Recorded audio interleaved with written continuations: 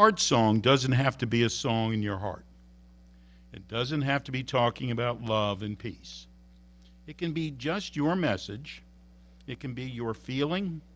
Some people might even call it a conscience, even though that's not really what it is. It's your message, what you feel like you need to do.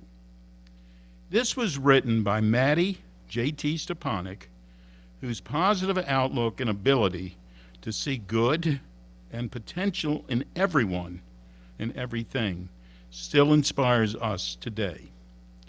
Matthew Joseph Thaddeus Stepanek, better known as Mattie, was born July 17, 1990.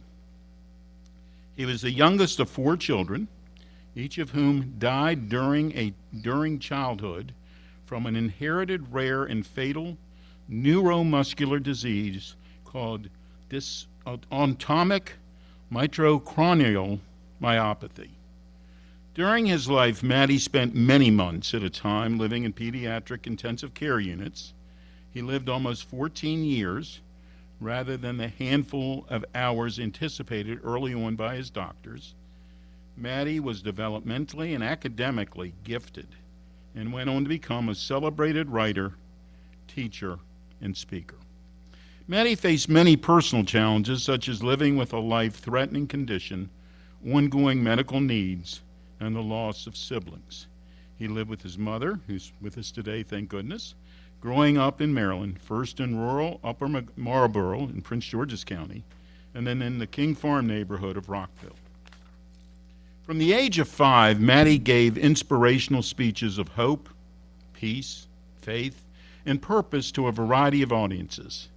In 1995, he began serving as a local ambassador for the Muscular Dystrophy Association, the MDA, served as the Maryland State Ambassador from 2000 through 2002, and from 2001 to 2004, he served an unprecedented 3-year term as the National Goodwill Ambassador for the organization.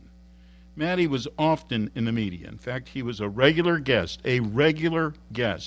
on shows like Oprah, Good Morning America, Larry King Live, and the MDA Jerry Lewis Labor Day Telethon.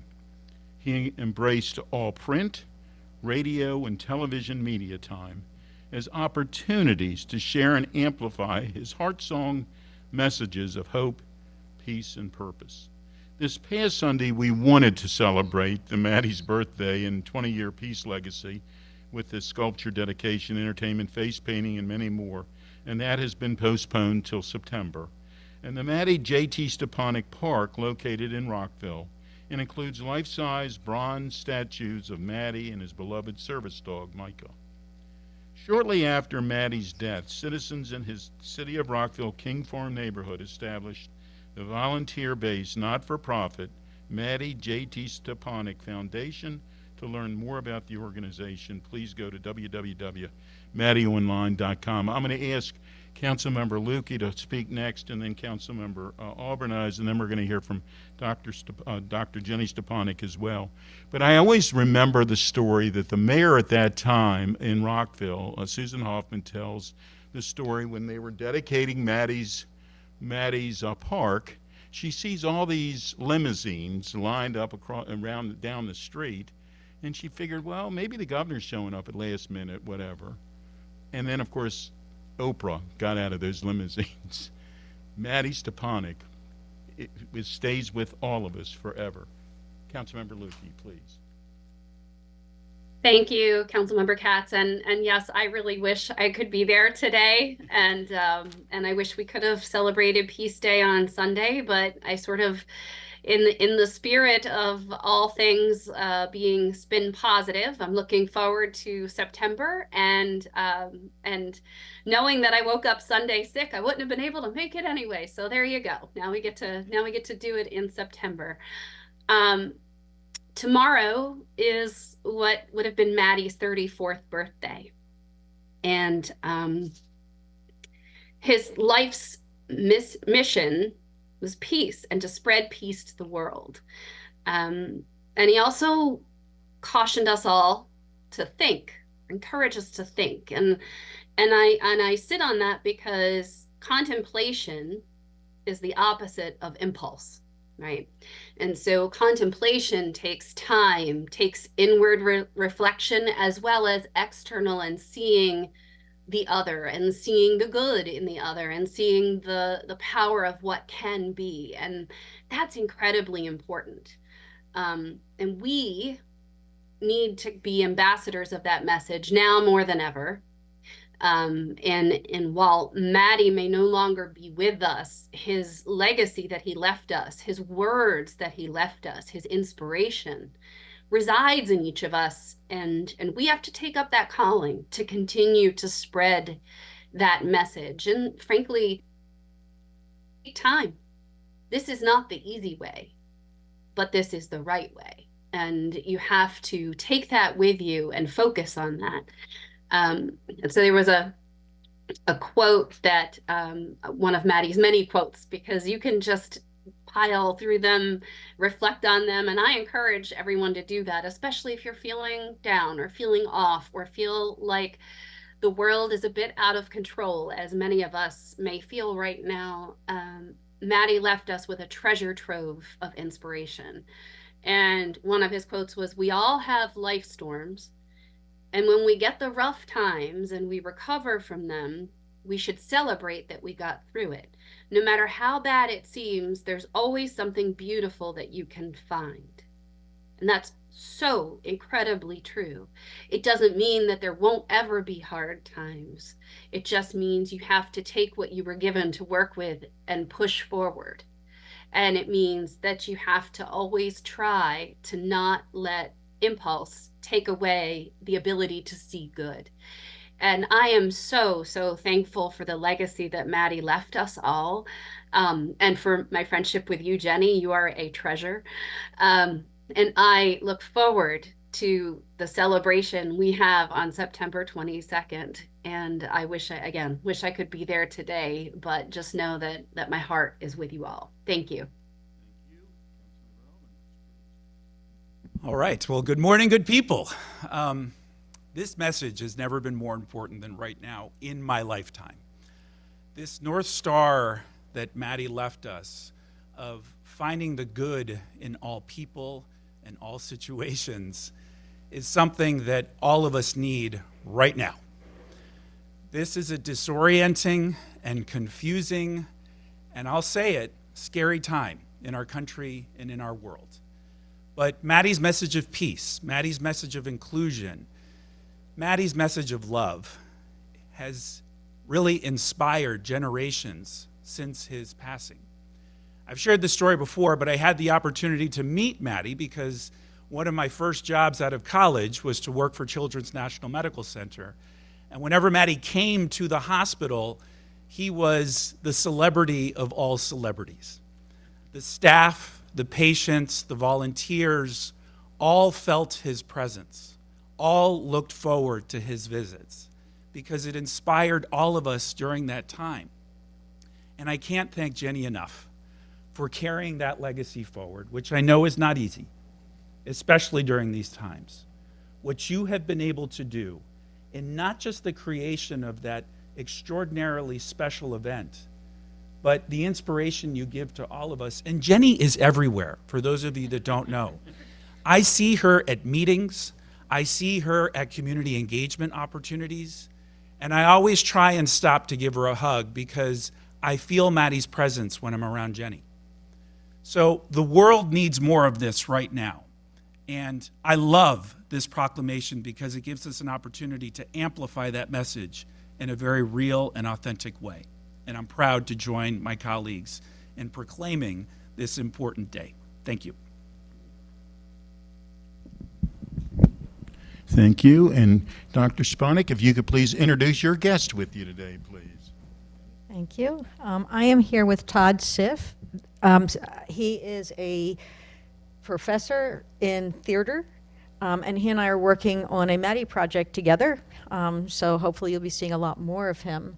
I'll give him a chance to say something in a moment, if I may share now. I kind of want to build on what you've said and what you've said and what you've said. I want to build on what's already out on the floor here and say that if we were to pause right now and look at the state of our world, we would likely shake our heads in despair and go, woe is us.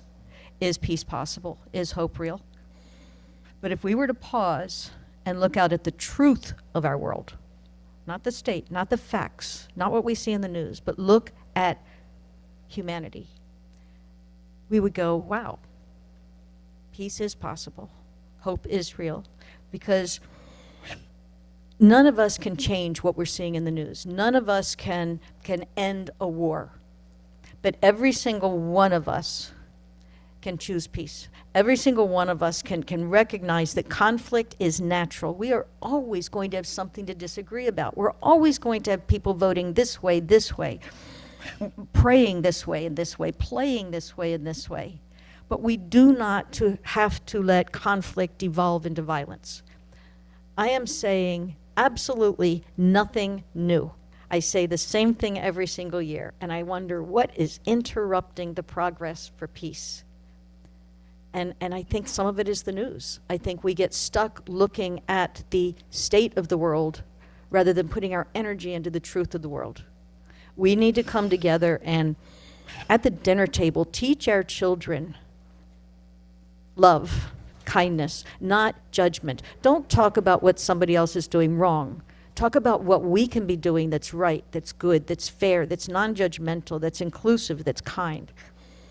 And we can also look to leaders like the city of Rockville and Montgomery County and the state of Maryland that have all chosen. They didn't have to do this. They've chosen to take a little boy's birthday and say, we are going to say this day is to contemplate peace.